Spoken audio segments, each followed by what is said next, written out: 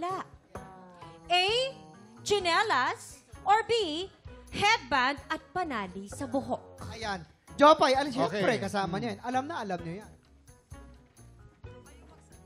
Chinelas. Chinelas. Ah.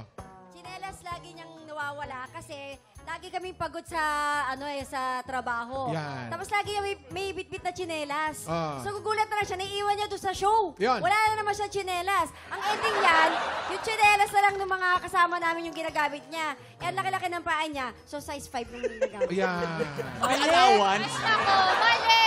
Oo. Alam mo, kung nasa korte tayo, natalo ka na. Ibang klase kang attorney. Mali! Ay, mali! Alam mo bakit? Mali! Alam mo bakit? Hindi nga ako attorney. Ikaw nga yun. Ako na ngayon, kaya paniwalaan mo ko, Maring Ira. Ano ba ang Kasi sagot? Ang tamang sagot dyan kasi, ang ginagamit niya, ano ba yun? Headband. Ay, nakalimutan. Panali. Kasi majorate siya. Majorate? Ano majorate? Majorate, ibig sabihin, Wala maliit. naman kayo pagbigkas, mali. Major na maliit. Di Majorate. ba? O, nag-headbang siyang ganyan. Eh, di Ah. nalalaglag yung headband. Ah. Ipit niya, nagugulo. Eh, di yun yung lagi nawawala. Pag uwi niya, wala. Tama.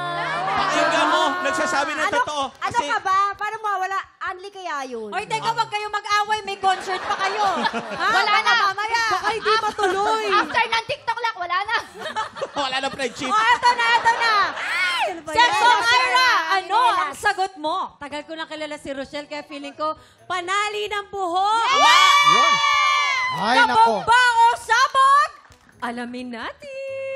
5, 4, 3, 2, 1. Ayan. Hindi ka naniwala. Sabi ko sa'yo, chinelas nga. Naniwala kay attorney. Kasama ko siya sa show. Mars. Naniwala